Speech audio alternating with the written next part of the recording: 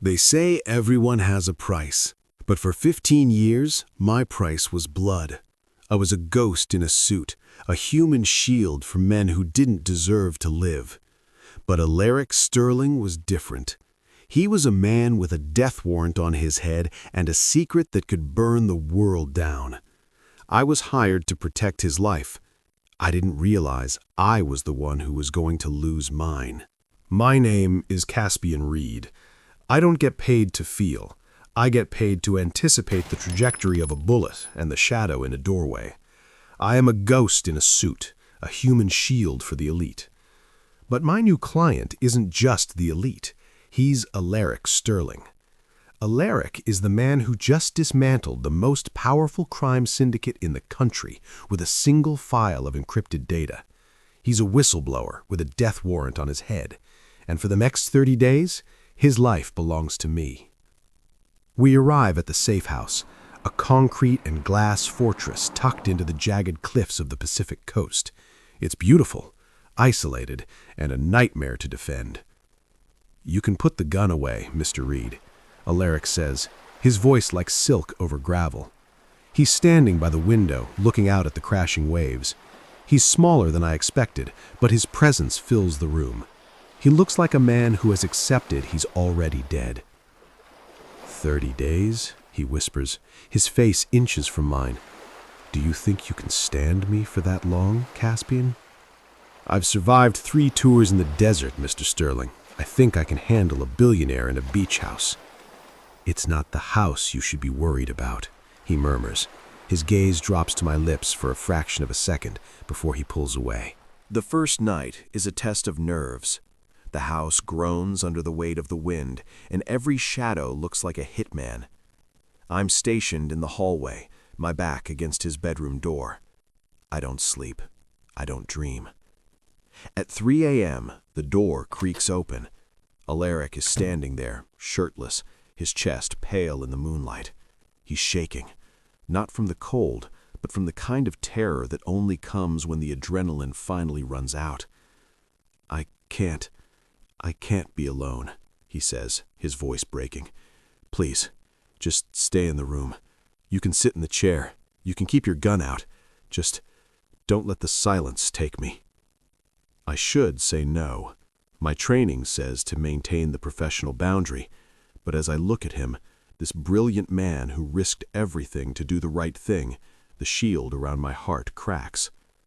I follow him inside. I don't sit in the chair. I sit on the edge of the bed, my weapon on the nightstand, watching the door. "Caspian?" Alaric whispers from the darkness. "Yeah?" "Why did you take this job? My lawyers said you were the most expensive detail in the city. You don't need the money." I look at his silhouette, the way his breathing is finally evening out because I'm there. "Because someone like you deserves to make it to day 31. He reaches out, his hand finding mine on the mattress. His fingers are cold, and he grips me like I'm the only solid thing in a world made of smoke. I don't pull away. Outside, the first red dot of a sniper's laser dances across the distant trees, but inside, the only danger I'm worried about is the way my heart beats faster when he moves closer. The red dot I saw wasn't a mistake. It was an invitation. I didn't wait for the explosion. I lunged across the bed, pinning Alaric beneath me just as the window detonated into 1,000,000 diamond shards of glass. The roar of the mountain wind flooded the room, but it was drowned out by the rhythmic thrum, thrum, thrum of a suppressed submachine gun. "Stay down, don't move," I barked, my body shielding his. Alaric didn't scream, he didn't panic. He just gripped my tactical vest, his eyes wide, looking at me as if I were the only god he had left to pray to. "Caspian, they're inside," he choked out. "I know." I reached for my sidearm, my movements a blur of muscle memory. I kicked the nightstand over to create a barrier and dragged him toward the reinforced bathroom, the designated dead zone. But as we moved, a flashbang detonated in the hallway. White light, deafening ringing. My training took over. I didn't need eyes, I knew the floor plan. I felt for Alaric's hand, locked my fingers around his, and pulled him into the darkness of the service stairs. "We're leaving," I whispered, my voice vibrating against his ear as we huddled in the cramped concrete stairwell. The safe house is burned. We go to ground. We made it to the garage, the engine of the blacked-out SUV roaring to life just as the first breach team rounded the corner. Bullets peppered the armored glass like hailstones. I didn't look back. I drove until the ocean spray was replaced by the dense, suffocating canopy of the redwood forest. Hours later, we were in a cabin so old it didn't exist on any GPS. No power, no glass walls, just the smell of damp earth and the heavy silence of the woods. Alaric was sitting on an old wooden crate, his hands shaking so violently he couldn't even hold the water bottle I gave him. The adrenaline was leaving him, and the terror was moving in. "They're never going to stop, are they?" he asked, his voice a hollow shell of itself. "I tried to do the right thing, and now I'm just waiting for a bullet with my name on it." I knelt between his knees, forcing him to look at me. I took his shaking hands in mine, my calloused palms steadying his. "Look at me, Alaric. Look at me." He focused on my eyes, his breathing hitching. "I have spent 15 years in the dirt so that people like you can keep speaking the truth," I said, my voice dropping to a low, lethal growl. "They might have the money, and they might have the hitters, but they don't have me. I am the wall between you and the dark. Do you understand?" Alaric searched my face, and for a moment the fear vanished. It was replaced by something much more dangerous, a raw, desperate longing. He leaned forward, resting his forehead against mine. "Why?" he whispered. "It's just a contract, Caspian." "It stopped being a contract the second you reached for my hand in the dark," I admitted, the truth tasting like iron. I reached up, my thumb tracing the cut on his cheek from the shattered glass. The air in the cabin shifted, turning heavy and electric. We were on the run, hunted by shadows, but in this tiny circle of candlelight, the rest of the world didn't exist. He didn't wait for me to move. Alaric pulled me in, his lips crashing against mine with a desperation that broke my heart. It was a kiss born of fire and survival. I knew I should pull away. I knew this was the ultimate professional sin.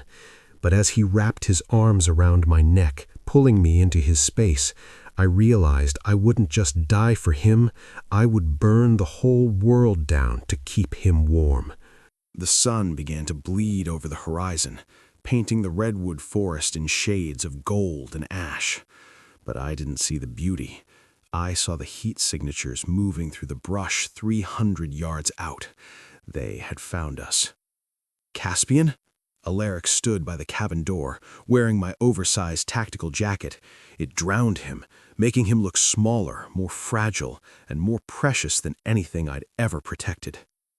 "They're here," I said, checking the magazine of my last weapon. I turned to him, my chest tight. "There's an extraction point 2 miles east, a clearing by the cliffside. You're going to run. You don't stop. You don't look back. There's a ghost unit waiting for a man with your clearance." Alaric's face went pale. "And you? You're coming with me." "I'm the distraction," I said, stepping close and gripping the back of his neck. I pressed my forehead to his one last time. "I'm going to make sure they never even see your shadow. I'm going to be the wall, Alaric, one last time." "No," he choked out, his eyes filling with tears. "I didn't risk my life to live in a world without you." "You're going to live, because that's the only way my life has meaning," I whispered. I kissed him then, not with the desperation of the night before, but with a finality that tasted like a goodbye. "Run, now!" I watched him disappear into the trees, his white sweater flickering like a ghost through the redwoods. Then I turned to face the tree line. The next 20 minutes were a blur of smoke, lead, and the absolute certainty of death. I moved like a phantom, drawing their fire, leading them away from the east, taking hits I didn't feel because the adrenaline was a frozen river in my veins. I fell near the cliff's edge, my back against the stone, the ocean roaring 300 feet below. My vision was blurring at the edges. "Day 30, I thought, a bitter smile touching my lips. I almost made it. Then, the sound of the extraction chopper cut through the air, not from the east, but directly overhead. A rope ladder dropped, and through the haze, I saw him. Alaric hadn't run to safety. He had signaled the unit early, forcing them into a hot zone rescue. "Caspian, take my hand!" He was leaning out of the chopper, his face streaked with dirt and tears, his hand outstretched. I hauled my broken body upward, reaching out with everything I had left. Our fingers locked, the bodyguard and the billionaire, and for a moment, gravity didn't exist. He pulled me in, his arms wrapping around me as the chopper veered away from the cliff, leaving the shadows of the forest behind. The Mediterranean sun is warm, a different kind of heat than the fires of the Safehouse. I'm sitting on a terrace overlooking the Amalfi coast. My shoulder is in a sling, and there are scars on my ribs that will never fade. But for the first time in 15 years, I'm not wearing a suit. I'm not looking for exits. Alaric walks out, carrying 2 coffees, his eyes bright and clear. The crime syndicate is gone, dismantled by the evidence he protected. He's free. We both are. He sits beside me, resting his head on my good shoulder. "You're staring at the horizon again, Mr. Reed. Habit?" I put my arm around him, pulling him close. "No, just making sure the view isn't a dream." He smiles and kisses my jaw. "It's day 31, Caspian. The contract is over." I look at him, the man who taught me that some things are worth the scar tissue. "The contract is over," I agree, my voice deep and certain, "but the vow is just beginning." Day 31 arrived, but for Alaric and I, the clock has finally stopped ticking. This story might be over, but Gay Stories Chronicles is just beginning a massive new chapter. We are currently only 400 subscribers away from our first major milestone on this channel. If Caspian's vow moved you, or if you believe everyone deserves someone to stand in the gap for them, please hit that subscribe button. Every single one of you helps us keep these voices alive. Before you go, I have a question for you. If you were in Caspian's shoes, would you have followed the professional contract and stayed safe? Or would you have risked your life for a love that wasn't part of the job? Tell me your thoughts in the comments. I'll be down there hearting the most powerful answers and talking to you all. Thank you for being part of the journey. I'll see you in the next story.